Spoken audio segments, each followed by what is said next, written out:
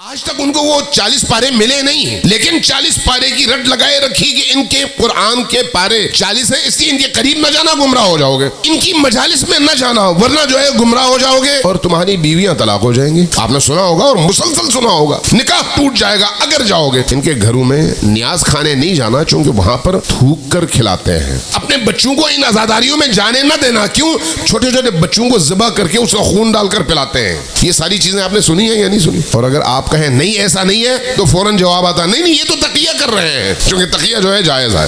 جھوٹ پر جھوٹ پر جھوٹ پر جھوٹ، 40 سال گزر گئے، ثبوت کسی کو نہیں ملا، لیکن اس کے باوجود بے حیائی اب بھی جاری ہے، بے شرمی اب بھی جاری ہے، اور اب بھی اسی طرح سے الزامات پر الزامات پر الزامات پر الزامات۔ دیکھیے، مکتب تشیع کے حوالے سے لب کھولنے سے پہلے ضروری ہے کہ مکتب تشیع کا مطالعہ کیا جائے، مکتب تشیع کو پڑھا جائے اور دیکھا جائے کہ یہ مکتب ہے کیا اور بتاتا کیا ہے، اس مکتب کی تعلیم کیا ہے، اس مکتب کا ہدف کیا ہے، اس مکتب کا پیغام کیا ہے، یہ مکتب آپ کو کیسا انسان بنانا چاہتا ہے۔ اگر آپ نے ان چیزوں پر غور نہیں کیا تو پھر پروپیگنڈوں کے نتیجے میں قرآن کے فیض سے بھی محروم رہیں گے۔ پروپیگنڈا ہوگا تو پروپیگنڈے کے نتیجے میں آپ قریب آئیں گے نہیں، جب قریب آئیں گے نہیں تو پھر گمراہی ہمیشہ آپ کے مقدر رہے گی اور گمراہی میں رہیں گے۔ میں اپنے دوستوں سے کہتا ہوں، بھائی جاؤ اہل سنت دوستوں سے ملو، گفتگو کرو، خود پہلے اپنے مکتب کو پڑھو، پھر ان کے گھر جاؤ، ان سے ملو، اپنا مکتب پیش کرو، کہو بھی ہمارا مکتب یہ ہے۔ ہمارا مکتب کیا ہے؟ توحید۔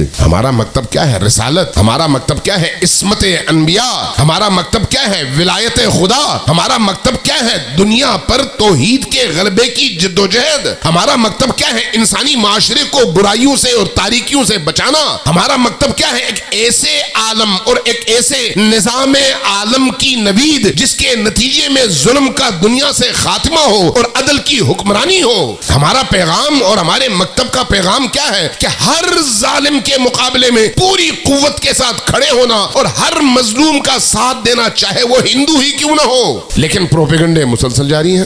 ہمیں اپنے مکتب کو ڈیفینڈ کرنے کی ضرورت اس حوالے سے نہیں ہے کہ ہمیں کوئی خطرہ ہے، نہیں، اس حوالے سے بالکل نہیں ہے، چونکہ اللہ کے مکتب کو کبھی خطرہ نہیں ہوا، اور یہ مکتب جو ہے ہمارا نہیں ہے، اللہ کا مکتب ہے۔ اللہ کے مکتب کی حفاظت وہ کرتا ہے جس طرح سے وہ قرآن کی حفاظت کرتا ہے۔ اگر وہ حفاظت نہ کرتا تو آج مکتب اہل البیت ہوتا کہاں؟ ذرا غور کیجئے، جس ماحول میں ہر مسجد میں جمعے کی نماز میں علی و آل علی پر نعوذ باللہ ثم نعوذ باللہ ثم نعوذ باللہ گالیاں اور لعنتیں بھیجی جاتی ہوں، اور معاشرے میں کوئی اٹھ کر اف نہ کر سکے، اور 90 سال گزر جائیں، اس کے باوجود آج اسی معاشرے میں علی کا پرچم سارے پرچموں سے اوپر ہو اور پوری دنیا اس پرچم کے نیچے اپنے آپ کو محفوظ سمجھے۔ یہ کیا ہے؟ یہ اللہ کا وہی وعدہ ہے کہ جو چراغ اللہ جلاتا ہے اس کی حفاظت وہ خود کرتا ہے، ہم نہیں، ہم اہل کار ہیں اللہ کے۔ میں، آپ، مبلغین، خطباء، اہل